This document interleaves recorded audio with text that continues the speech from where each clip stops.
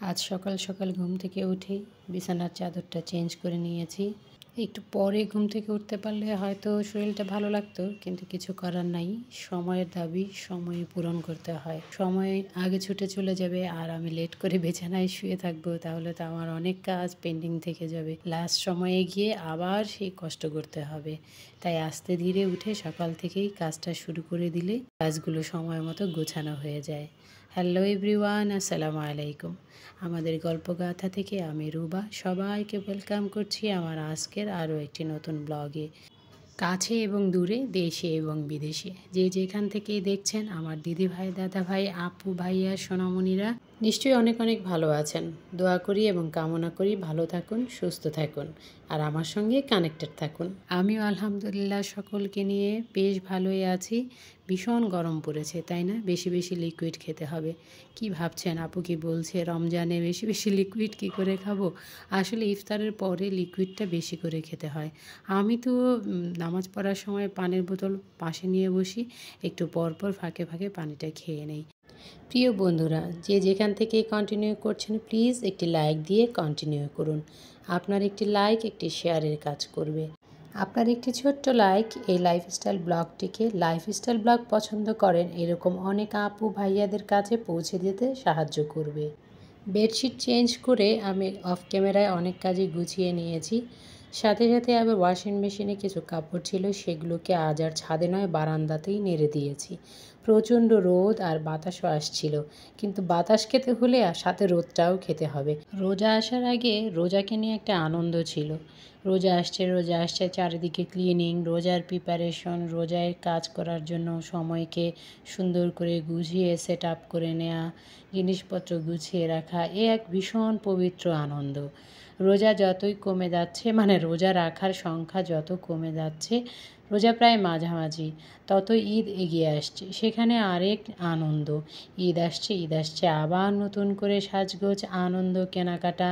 সুবহান আল্লাহ, কত নিয়ামত সৃষ্টিকর্তা আমাদের আনন্দের জন্য দিয়ে রেখেছেন। গল্প আর কাজের মাঝে পুরনো রিকোয়েস্টটা আরও একবার করে নিচ্ছি। কি রিকোয়েস্ট? নিশ্চয়ই আমার বন্ধুরা বুঝে গিয়েছে। একটি লাইক দিয়ে কন্টিনিউ করো। আর তুমি যদি আজকে আমার চ্যানেলে প্রথম হয়ে থাকো, তাহলে লাইক দিয়ে সাবস্ক্রাইব করে বেল বাটনটি অন করে রেখো। অল অপশনটা সিলেক্ট করতে ভুলো না যেন। এতে করে আমি যখনই ভিডিও আপলোড করব তোমার কাছে প্রথম নোটিফিকেশন পৌঁছে যাবে আর তুমি প্রথমে ভিডিওটি দেখে নিতে পারবে। আর যদি না চাও, তাহলে যখন তোমার সময় হবে তখনই তুমি তোমার সময় মতো দেখে নিতে পারবে। দেখতে দেখতে যদি কোনো অংশ ভালো লেগে যায়, তাহলে তুমি তোমার ফ্যামিলি এবং ফ্রেন্ডসের সঙ্গে শেয়ার করে দিও। আর অলরেডি যদি তুমি এই কাজগুলো করে থাকো, তাহলে তোমাকে অসংখ্য ধন্যবাদ। দেখতে থাকো, দেখতে দেখতে ভালো লেগে গেলে ছোট্ট একটা কমেন্টস করে আমাকে জানিয়ে দিও। আমি তো আমার বন্ধুদের সঙ্গে গল্প করছি আর এদিক দিয়ে আমার আব্বু আমার জন্য শরবত বানিয়ে নিচ্ছে। মিন্টের শরবতটা সে সবসময় গরম আসলে নিজেই বানায়। পুদিনা পাতা, লেবু, চিনি, বিট লবণ আর ঠান্ডা পানি, এর অসাধারণ কম্বিনেশনে ভীষণ ভালো লাগে এই শরবতটা খেতে। আলাদা আলাদা করে 3 গ্লাসে সে 3 জনের জন্য বানিয়ে নিয়েছে। আলাদা বানানোর কারণটা হলো, সে যে মেজারমেন্টে বানায় সেটা ঠিক থাকে, টেস্ট ঠিক থাকে। একসাথে যদি অনেকগুলো পানি থাকে, তাহলে সে ঠিক করে মেজার করতে পারে না কোনটা কতটুকু দিতে হবে। তাই সে কখনোই এই রিস্ক নেয় না, গ্লাস গ্লাস আলাদা করে করে বানায়। আর আমি এদিক দিয়ে বানিয়ে নিচ্ছি ট্যাঙের শরবত, তাও আবার রেডি মিক্স দিয়ে শরবত। এ আর এমন কি, পানিতে ফেলে দাও, গুলে যাবে, নেড়ে চেড়ে গুলিয়ে নিয়ে ফ্রিজে রেখে দাও, পরিমাণ মতো বা পছন্দ মতো ঠান্ডা হলে খেয়ে নাও। এই হলো গিয়ে ট্যাঙের শরবত রেসিপি। বন্ধুদের সঙ্গে দুষ্টামি করতে করতে আমার তো এই শরবতটাও বানানো হয়ে গিয়েছে। এখন বাজে 11:30। চলো এটাকে ফ্রিজে রেখে দেই, ইফতারের সময় বের করে নিব। তারপর ক্যামেরা অফ করে আমি অনেক কাজ করে নিয়েছি। এখন বাজে প্রায় 3টে। এখন চলে এসেছি ইফতার তৈরি করার জন্য আর সাথে টুকিটাকি রান্না বান্না। আজ রান্না হবে লাউ দিয়ে টমেটো দিয়ে, আমার খুবই পছন্দের অনেক উপকারী একটা সবজি। আমি নিরামিষই বসিয়ে দিয়েছি লাউ আর টমেটো দিয়ে। অন্য পাশে দুধ জাল হচ্ছে, আরেক পাশে রাইস কুকারের রাইস। থাম্বনেইলে যেমন বলেছিলাম, সবার পছন্দের ইফতার।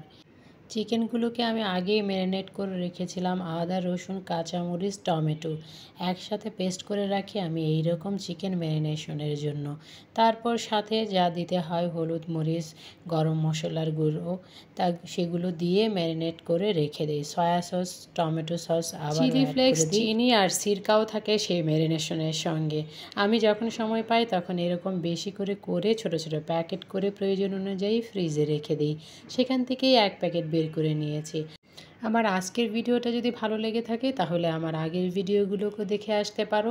সেখানে এরকম রান্নার ছোট ছোট বড় বড় অনেক রকমের টিপস পাবে।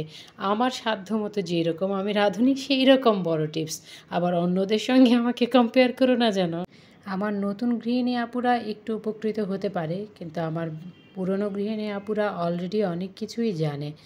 আমি আমার রেসিপিগুলোতে শুধু একটু ভালোবাসার মানুষদের জন্য মিক্স করে দিই। এটাতে সব গৃহিণীরাই তার পরিবারের সদস্যদেরকে ভালোবেসে সব রান্নাতেই মিক্স করে থাকে। যাই হোক, আমি তো বক করে যাচ্ছি, আমার কিন্তু ফ্রাইটা চলছে। এটা ডুবো তেলে নয়, অল্প তেল দিয়ে ঢেকে এটাকে ভেজে নিতে হয়। আমি এটাকে নাম দিয়েছি তাওয়া ফ্রাই। তাওয়াতে ছেঁকে ঢেকে রান্না করতে হয়, আর বেশ কিন্তু সেদ্ধ হয়ে যায়। এই দেখো এক পাশটা কেমন বারবিকিউর মতো পোড়া হয়ে গিয়েছে।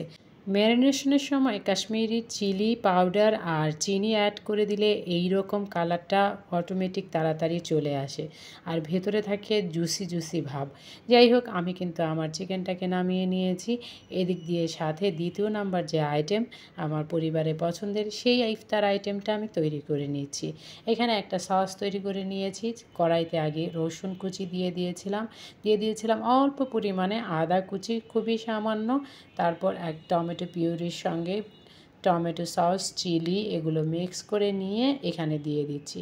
একটু ভেজে নিচ্ছি নেড়েচেড়ে পেঁয়াজের সঙ্গে, আর সাথে দিয়েছিলাম কিছু গাজর এবং বাঁধাকপি। সব মিলিয়ে যখন আমার পছন্দের সেই সসটা তৈরি হয়ে যাবে তখন তার মাঝে আমি দিয়ে দিব ডিমটা আমি একটু নরম থাকা অবস্থাতেই দেই, মানে মশলাগুলো আর এই সবজিগুলো নরম থাকতেই দেই।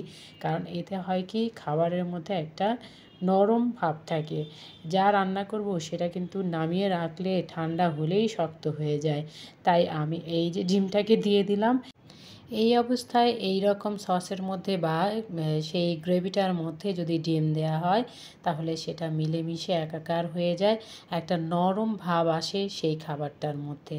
আর আলাদা করে ডিমটাকে ঝুরা করে বা স্ক্রাম্বল করে নিলে একটু শক্ত হয়ে যায়, সেটা খেতে আমার ফ্যামিলিতে কেউ পছন্দ করে না। আমার প্রিয় মানুষেরা যেমন পছন্দ করে আমিও সেভাবেই সাজিয়ে গুছিয়ে সার্ভ করতে পছন্দ করি। এটা শুধু আমি নই, আমার সব প্রিয় বন্ধুরাই আমার ধারণা তাই করে থাকে।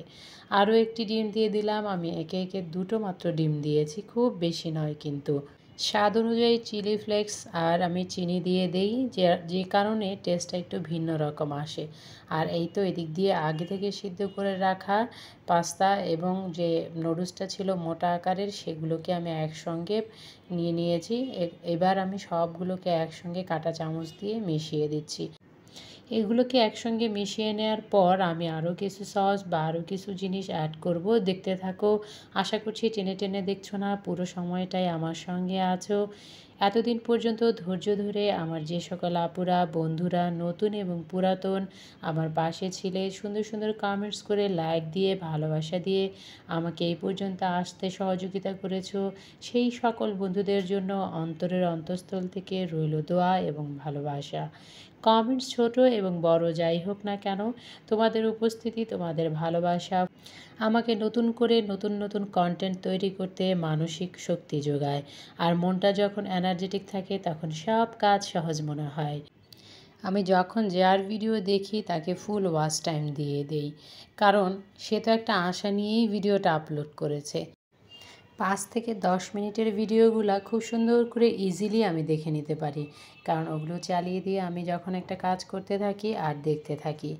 দেখা শেষ হয়ে গেলে সুন্দর একটা ছোট কিংবা বড় কমেন্টস করে ফেলি। সেটাও ডিপেন্ড করে আসলে কি কাজ করছিলাম আর কতটুকু সময় লাগবে কমেন্টটা লিখতে, তার উপরে। আসলে ছোট কমেন্টস মানেই যে পুরোটা দেখিনি এরকম নয়। প্রিয় বন্ধুরা, পুরানো সেই রিকোয়েস্ট আরও একবার করছি, এখন পর্যন্ত দেখানো কোনো অংশ যদি ভালো লেগে যায় তাহলে ভিডিও রিলেটেড একটা সুন্দর কমেন্টস করে দিও। তোমাদের এক একটি কমেন্টস এক একটি ভিডিও তৈরি করতে, নতুন করে এক পা করে এগিয়ে যেতে সাহায্য করে। ঝাল ঝাল স্পাইসি পাস্তা নুডলস যাই বলো, সেই প্রিপারেশনটা কিন্তু আমার হয়ে গিয়েছে। আমি সেটাকে সার্ভ করে নিয়েছি চিকেন, আর এটাকে সার্ভ করে টেবিলে রেখে দেব। 3 নাম্বার প্রিপারেশনে চলে যাচ্ছি। ঝাল ঝাল হলো, ঠান্ডা ঠান্ডা শরবত হলো, আর একটা মিষ্টি মিষ্টি কিছু ডেজার্ট আইটেম তো লাগেই। এই তো সবার পছন্দের কমন এবং খুব ইজি একটা রেসিপি, পুডিং রেসিপি। আমি 2টা মোল্ডের মধ্যে অল্প করে ক্যারামেল দিয়ে নিয়েছি। ক্যারামেলটা আমি অফ ক্যামেরায় তৈরি করে নিয়েছি। আর এই যে রাইস কুকারের মধ্যে স্ট্যান্ড বসিয়ে অল্প পানি দিয়েছি। ছোট ছোট বাটিতে 2টো করে নিয়েছি। এই 2টোকে 4 পিস করলে আমাদের 4 জনের আলহামদুলিল্লাহ হয়ে যাবে। দুধ ডিম চিনি ফেটিয়ে আর ক্যারামেল করে পুডিং করতে সবাই জানে, এটা তো নতুন করে বলার কিছু নেই। আমি শুধু একটু ছোট্ট ক্লিপ শেয়ার করলাম আমার নতুন গৃহিণী আপুদের জন্য, যেটা তাদের হয়তো কোনো উপকারে আসতে পারে। রাইস কুকারে কী করে পুডিং বসানো যায়, এই রাইস কুকারে কিন্তু অনেক কিছুই করা যায়। 7 থেকে 10 মিনিটের মাথায় আমার কিন্তু পুডিংটা পুরোপুরি তৈরি হয়ে গিয়েছে, আর আমি আনমোল্ড করে ফ্রিজে রেখে দিচ্ছি। এতক্ষণ ধৈর্য ধরে আমার সঙ্গে থাকার জন্য অসংখ্য ধন্যবাদ। দেখা হবে নতুন কোনো দিন নতুন কোনো ব্লগে। আসসালামু আলাইকুম, আল্লাহ হাফেজ।